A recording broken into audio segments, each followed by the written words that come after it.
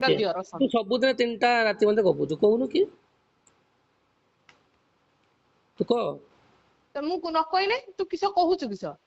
ଆରେ ମରି ଯିବାଟା ଭଲ ହବ ତ? ତୁ ଏତେ ମୋ ଗାଁରେ ଲାଗିଛୁ ପୁରା। ତୁ ଶୁଣୁ ଆଜି ନ କହିନେ କାଲି ତ ଫେର ଆଉ ଗୋଟେ ଜିନିଷ ତୋର ସେଇ ଧରା କଥା ପଡିବ ନା ନାଇଁ? କହୁଛି, କାଲିକି ହବନି ଆଉ ମୁଁ ଏକାଥରେ କଥା ଛିଡେଇବି। ତୁ କହିଦେନେ ଅସୁବିଧା ହେଇଛି ତୋର ମୁଁ ମରିବି ମୁଁ ନେଇଯିବି। ଏବେ।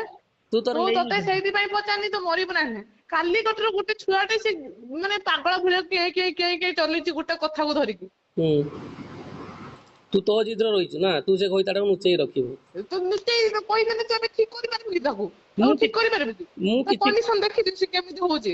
କାହାର ତାକୁ ଯିଏ ଫଟୋ ଦେଇଥିବ ତା ଆଗରୁ ତାକୁ କେତେ ଖରାପ ଲାଗିଥିବ। ତୁ ମୋ ନାଁରେ ଦେଇଦବୁ, ମୁଁ ଯଦି କହିନି, ଯଦି ସତଟା କହିନି ତୁ କହିବୁ ଶୁଣି ମିଛ କଥା କହୁଛୁ। ତୁ ମତେ କ୍ଲିୟର କରୁନୁ, ତୁ ଏବେ କାହା ସହିତ କଥା ହଉଛୁ, ଯାତ୍ରା କରୁଛୁ କହ। ମୁଁ ତୋ ଲାଇଫରୁ ପଳେଇ ଯିବି କହ। କହ କ୍ଲିୟର କରିବୁ ନା କରିବୁନି? ହଁ ମୁଁ କଥା ହଉଛି ସସ୍ମିତା ତାଙ୍କର, ସସ୍ମିତା ଏପଟର ରିଲେଟିଭ ତାଙ୍କର। କିଏ ସେ? ମୁଁ ଯୋଉ ବାହାଘରକୁ ଯାଇଥିଲି ସେତେବେଳେ ମୁଁ ତାଙ୍କ ସହିତ ଚିହ୍ନିଥିଲି ତାକୁ। କିଏ ସେ ଲୁକା ନାଁ କିସ? ତୋର କିସ ହେଲା, ଏତେ କଥା କାଇଁ ପଚାରିବୁ ତତେ?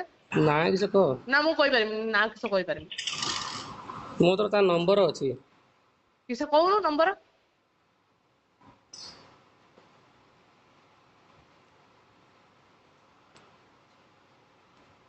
ତା ସହିତ କାଇଁ କଥା ହଉଛୁ? ମୁଁ ତାକୁ ଭଲ ପାଉଛି ସେଥିପାଇଁ କଥା ହଉଛି। କେବେଠୁ ଷ୍ଟାର୍ଟ ହେଲା? ସସ୍ମିତା ବାହାଘର କତିରୁ ଷ୍ଟାର୍ଟ ହେଲାଣି। ଓହୋ, ସେଇ ପତଳାର ଏଇ ଛୁଆଟା ନା ଯେ ଆଇଫୋନ ଧରିଥିଲା? କିଏ? ପତଳାର ଏଇ ଛୁଆଟା ଯେ ଆଇଫୋନ ଧରିଥିଲା? କିଏ ଏଠି ଆଇଫୋନ ଧରିଥିଲା? ମୁଁ ଜାଣିନି ଆଇଫୋନ କିଏ ଧରିଥିଲା। ସେ ଛୁଆ ଅଛି କି ଏଠି? ଯେଠି ଥିଲା ତୋର କିସ ହେଲା? ଫେରେ କହିବୁନି କାଇଁ ଏତେ କଥା? ସେ କ୍ଲିୟର କହ, ସବୁ କଥା କହ, ଯଦି କହିବୁ ବସ ସବୁ କଥା କହିବୁ। ସେ ହିମାଂଶୁ ତା ସାଙ୍ଗ। ହଁ କେଇଟି ରହୁଛି କେଇଠି ସେ? କଣ ସେ ରହୁଛି? ରହୁଛି ସେ କେଇଠି? ସୁରରେ ରହୁଛି ସେଇଠି। ସ୍ୱରରେ